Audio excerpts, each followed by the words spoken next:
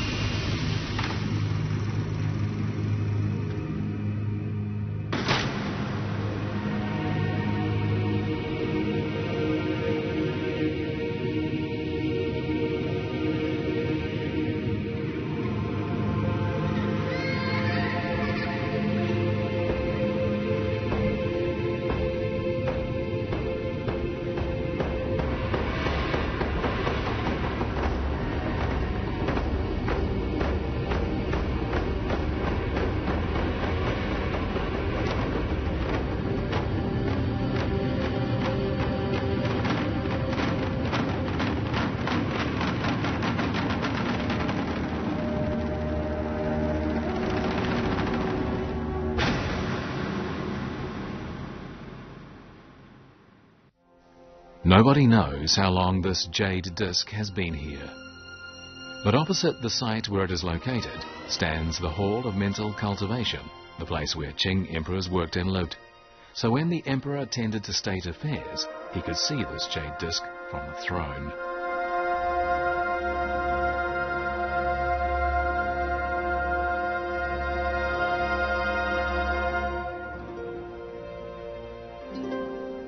The purpose of this jade disc was to warn the emperor to be circumspect in what he said and did.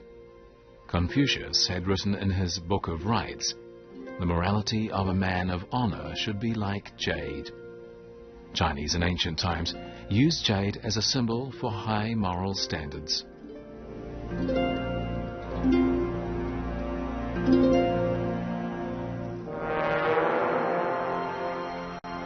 After jade entered the imperial palace, jade objects began to be used on many important occasions, and before long were playing an indispensable role, since the jade objects used conveyed special meanings.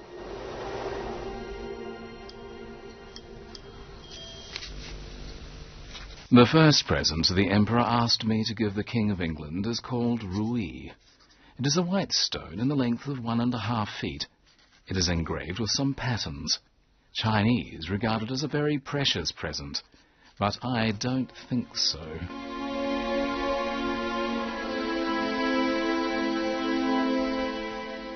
Those words were written by George Macartney, part of a special British envoy to China. On the early morning of the 10th day of the 8th lunar month of 1793, the 58th year of the reign of Qing Emperor Qianlong, Macartney was received by the emperor.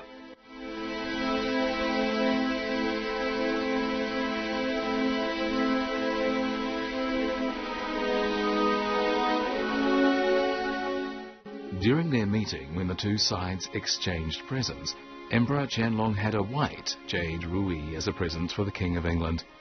But besides this, he gave both Macartney and his aide a green jade ruyi.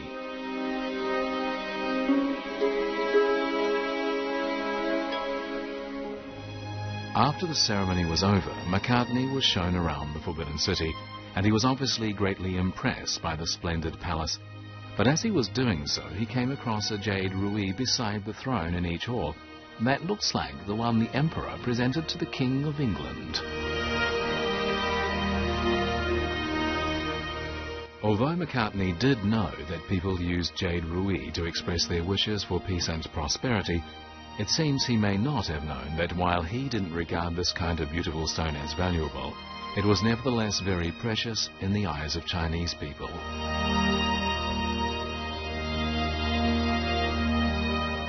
From time immemorial, the Chinese people have been especially fond of beautiful stones, and jade is certainly a very beautiful stone.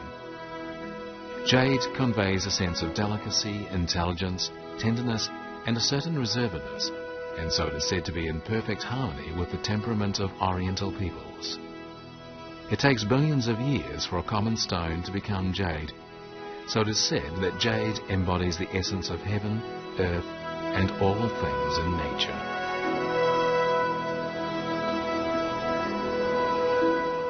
In the Forbidden City, the article that can best demonstrate how invaluable jade is the jade seal used as the emblem of supreme imperial power. This is the Hall of Union and Peace, one of the 3 rear halls in the inner palace of the Forbidden City. The imperial seals used by emperors in the Qing dynasty were kept here, and out of all 25, 23 are made of jade.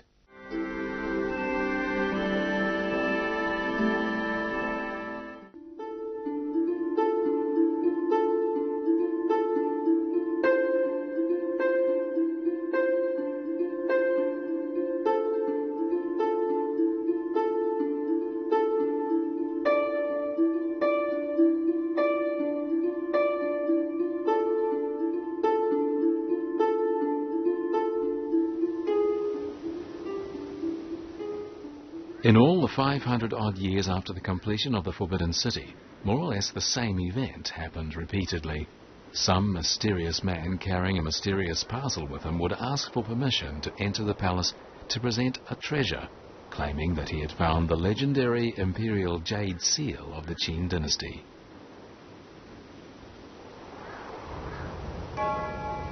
According to historical records, the natural precious jade He, which had been famous during the spring and autumn period, was made into the imperial jade seal of the state of Qin, and Qin Shi Huang, the first emperor of the Qin dynasty, had hoped that this jade would make his dynasty last forever.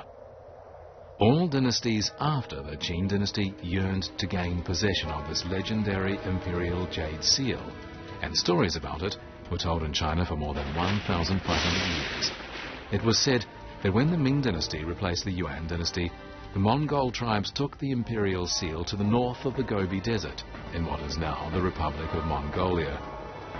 But whatever the case, the seal disappeared, with countless fake ones constantly appearing along with claims that it was the real thing.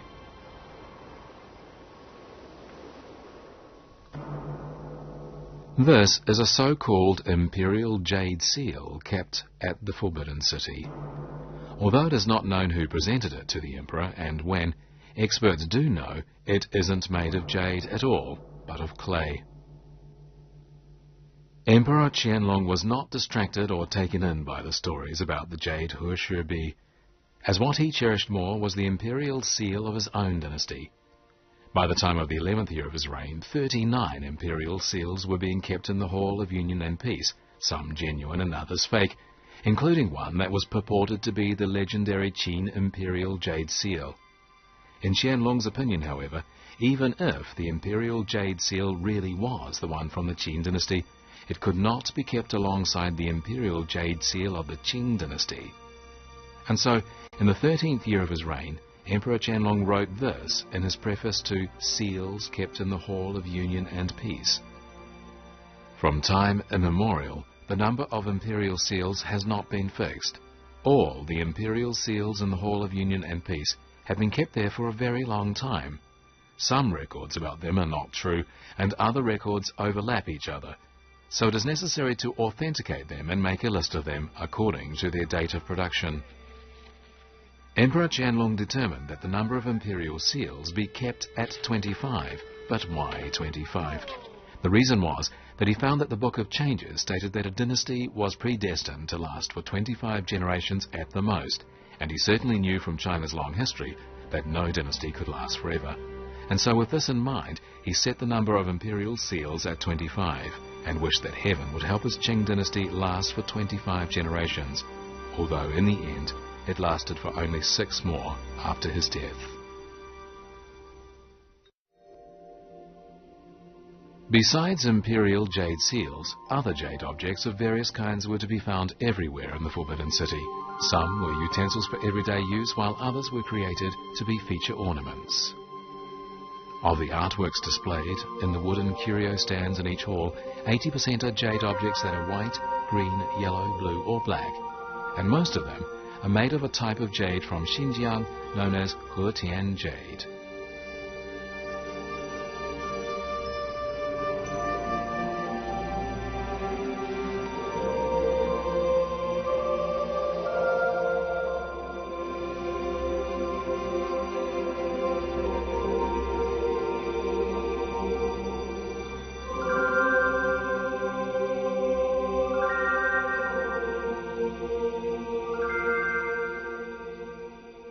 Beyond the passage behind the throne in the Hall of Mental Cultivation is the bedroom of the Emperor, where many jade objects are on display.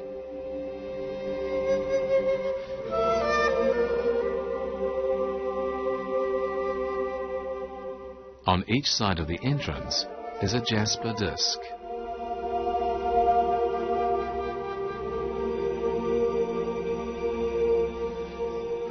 Engraved in the middle of the disc is a poem about Emperor Qianlong's quelling of the Zhongga rebellions between 1755 and 1760. When the rebellions in the western regions were put down, roads for transporting Hetian jade to other parts of China were opened, and this was of great importance to the production of jade objects in the Chinese court.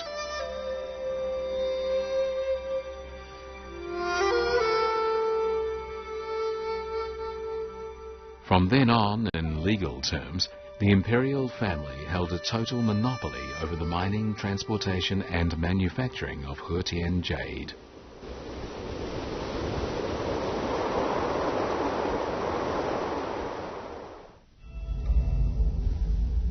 On the 16th day of the 8th lunar month in 1787, the 52nd year of the reign of Emperor Qianlong, a number of officials from the workshops walked into the Hall of Happiness and Longevity.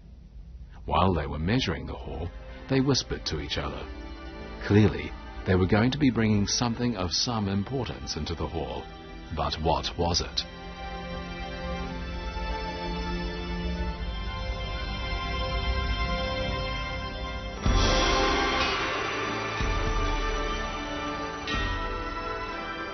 It turned out to be a huge jade carving called Da Yu, curving the floods.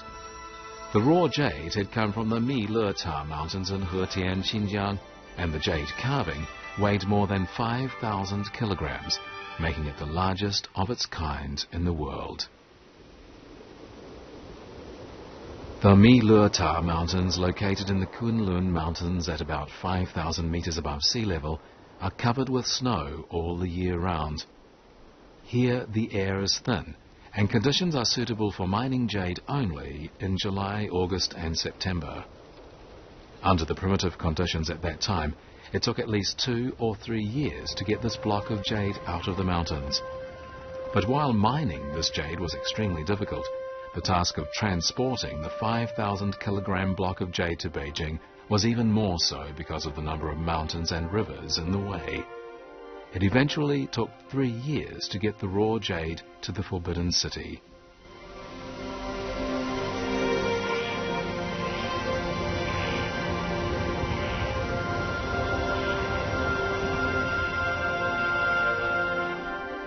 As mentioned, this part of the towering and precipitous Kunlun Mountains at 4,000 to 5,000 meters above sea level is covered with snow all year round, but this is the exact area that has the most Hetian jade deposits, and it is famous for the large blocks of jade hidden in the mountains, as well as the jade pebbles in its riverbeds.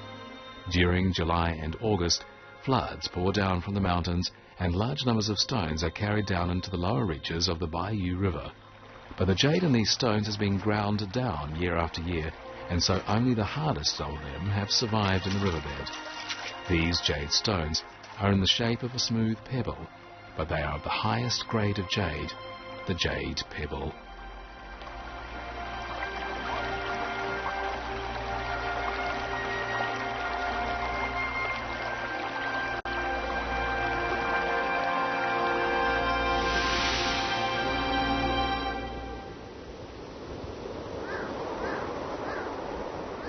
The mining and transportation of jade were monopolized by the imperial family, and so most beautiful jade pieces were exclusively for its appreciation.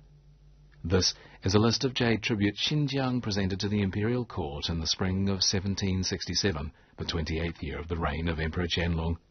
The list details the quantity, variety and weight of the jade pieces.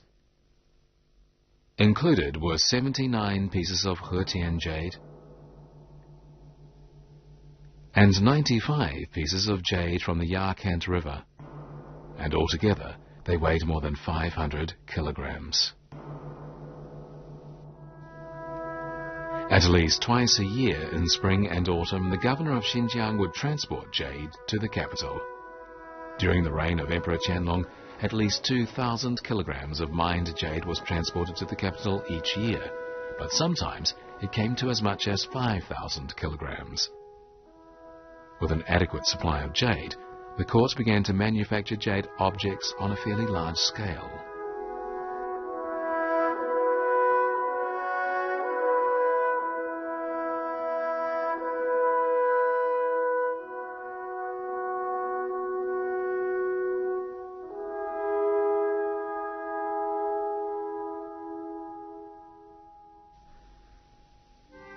The workshops in the Hall of Mental Cultivation of the Forbidden City included a jade production section in which 4 or 5 artisans carved jade for the emperor every day. This section was initially set up in the first year of the reign of Emperor Shunzhi, but in the days of Emperor Qianlong, the demand for jade objects increased, and so a Rui house was set up in the north 5 abodes, and here the artisans carved jade. Many masterpieces of jadeware were manufactured in these 2 places.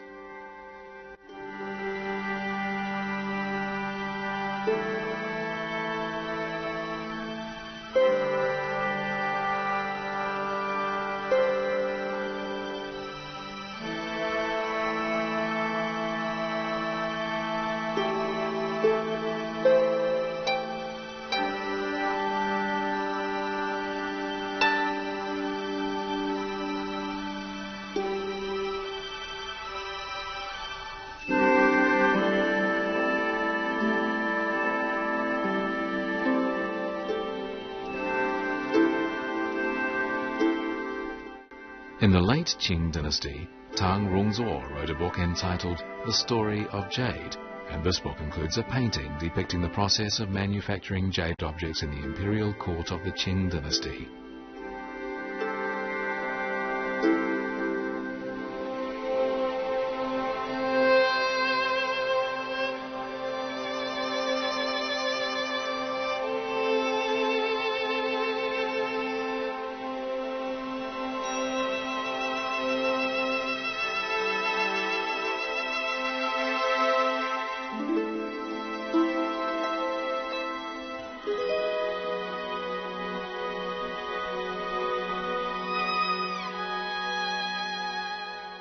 从开料、出粗坯、出大型，到细做，到最后抛光，实际应该说加上最后的收尾工作，叫做5个步骤。从有铁器以后，既然是完善了、专业化了做玉这个行，那也就是说，这个脚蹬手磨这种织玉方式，一直延续了3000多年，丝毫没有在变化。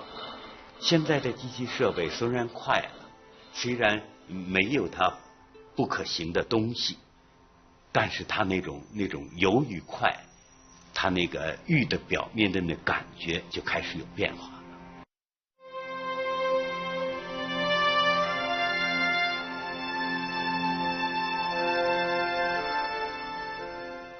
After the huge block of mined jade was transported to the Forbidden City from the Miluta Mountains in Xinjiang, its journey did not come to an end, because it was not going to be carved in the Forbidden City at all, but in Yangzhou, a city far to the south. At that time, if the workshop in the court was too busy to process a large block of mined jade, the court would have it sent to Suzhou or Yangzhou to be processed. At that time, these 2 cities had the greatest economic strength in the whole of China, and they had a long-standing tradition of manufacturing jade objects. Even today, these cities are still famous for carving jade.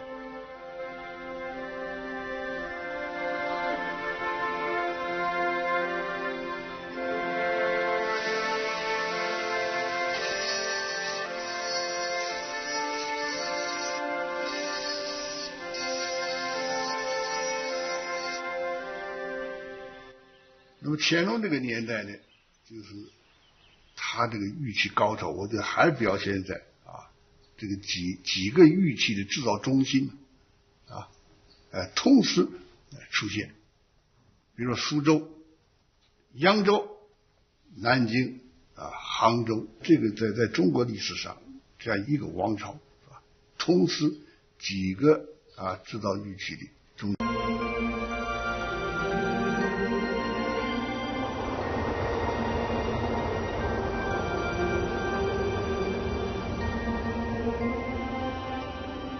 During the reign of Emperor Qianlong, the Forbidden City had more jade objects than ever before.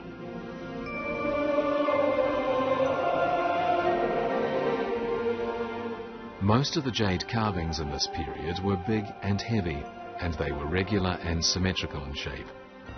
At this time, China developed a unique imperial style of jade objects, and its jade carving techniques reached a new pinnacle.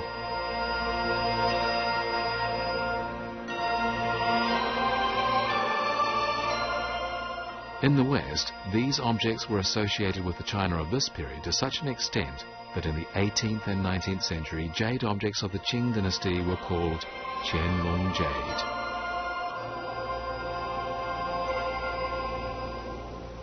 Emperor Qianlong was clearly fond of jade objects, as is evidenced by the fact that the 30,000 jade objects in the imperial palace were mostly collected by him.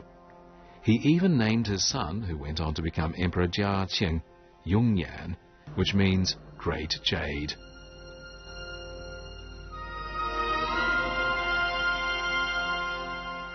In Chinese, Yan means beautiful jade, but Yongyan had 16 brothers, and all of them were also named after jade.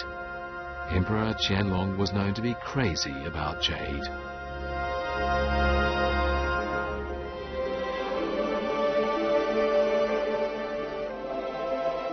Emperor Qianlong's favorite jade treasures were kept in Bai Shu Jian, a special kind of box.